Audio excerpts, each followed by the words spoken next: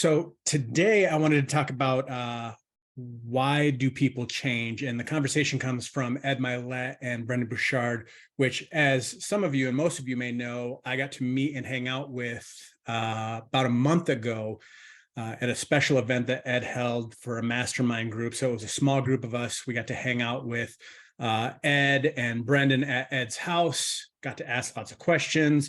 And it's incredible because this was a recording that came from that event. So after the event, Brendon ended up going to the studio with Ed the next day and recording this. And the stuff that he talks about when it comes to change is so easy, or let's rephrase that. It's so simple, but it's not exactly easy. You know, it's simple to talk about, but it's not that easy to apply, because if it was that easy to apply, everybody would do it. But I think the problem comes down to is when people want to make a change, they just don't know where to start. So what he talks about is how to start to make a change. And so the first thing he talks about is people change from one of two things, either inspiration or desperation. And I've talked about this a lot too. For Stephanie and I, our change came from desperation. You know, we were losing everything because of the economic collapse. We were losing our franchises, losing our house. We were standing in food lines so that we would have enough money left over at the end of the month to not lose our house. So when we found this business, we were at a point of desperation to make things happen, to get things done, to have a different mindset. But he said, above and beyond that, what you need to make a change is another two things: hope and ambition. For lasting change, you have to have those two things. So that's why when I talk about being an entrepreneur, you have to be an eternal optimist, because you have to know that there is something better out there to go towards. Otherwise, why would you go for it? So ask yourself today, does tomorrow look better for you? Are you looking for a better tomorrow? And then ambition. What is your purpose and drive to go make that happen?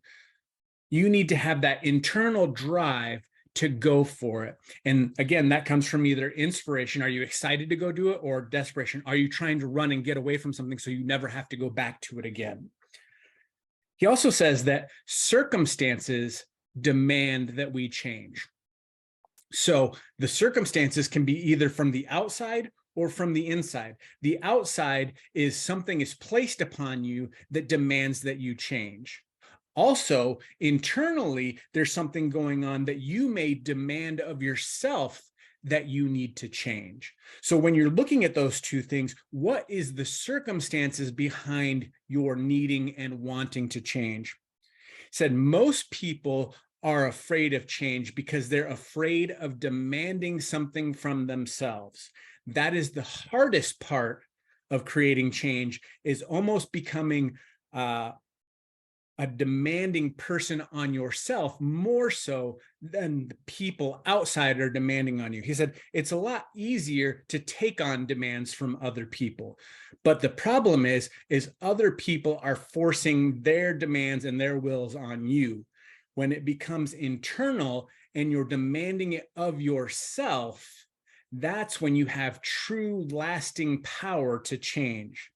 So the question you need to ask yourself is, do you look at change as a challenge or a threat? Do you look at demands placed on you as a challenge or a threat? So ultimately, what does everything always come back to? Your mindset, how you view things, how you look at things. So if you change the questions that you ask of yourself about your situation, about your demands, about your changes, you are able to change yourself. So the quality of the questions that you ask yourself are dependent on the quality of your outcomes. If your questions are negative and looking for the worst in things, of course, you're going to have a negative result and a negative answer. But if you're looking at it from a hope perspective, a great positive outcome, your mind will reprogram itself to look for the positive, to look for the best, and to create that outcome. See, the great thing about humans and what makes us different than any other animal or being on the planet is that we are creative. We have the ability to create whatever it is we want. Animals, they go on a specific code based on their DNA. A lion is going to chase a gazelle. A lion is going to chase a lamb. A wolf is going to go after a deer. It is hard-coded in their DNA. They can't wake up one day and go, I think I'm going to try being a vegan for the week. It's part of who they are. But you as humans, you have the choice to make those decisions. So change is an inalienable right for you as a human. So the question is, and you need to ask this one to yourself daily at the beginning and at the end, because at the beginning, it sets your expectation for the day. At the end, it's retrospective to see if you hit those goals. And that question is, are you living, are you loving, and are you mattering to the world around you? You know, some of us get so caught up in our day that we miss the purpose that is built inside of us. So at the beginning of the morning, ask yourself, am I going to live today? Specifically ask, who am I going to be loving to? And then thirdly, what am I going to do today that's going to matter? And then at the end of the night, do a report. Did I live? Who did I love? And what did I do that mattered? The other thing too is you need to create a better vision of yourself and always strive towards that, because there's so many different versions of yourself. If you actually go back and look through your history, there are probably many different versions of you. That could be from the way that you think, the way that you eat, the things that you dress, the music that you listen to. Each one of those is a version of you.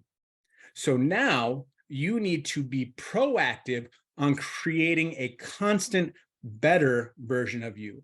So how many better versions of you do you have left in you? Another great way to help with that is to look at your environment. It's hard to create a better version of you when you're in a bad environment. So just like creating a better version of you and creating a better mindset, you can also look to create a better environment. So who are you being around that's going to encourage your positive growth, encourage your hopes and dreams, and push you to be the better version of you? And then lastly, the thing that he talks about is Growth Day.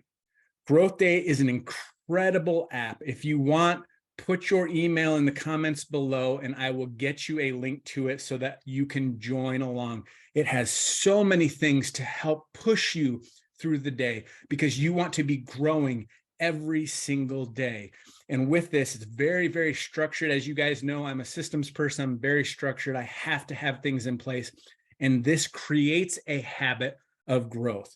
You guys are creating a great environment by being on here every single week, listening to these, watching these, and learning with me. I want to invite you into my growth day and learn along with me. So guys, go out and make it an amazing week. Can't wait to see you again. Hope your week is as awesome as you are. See ya.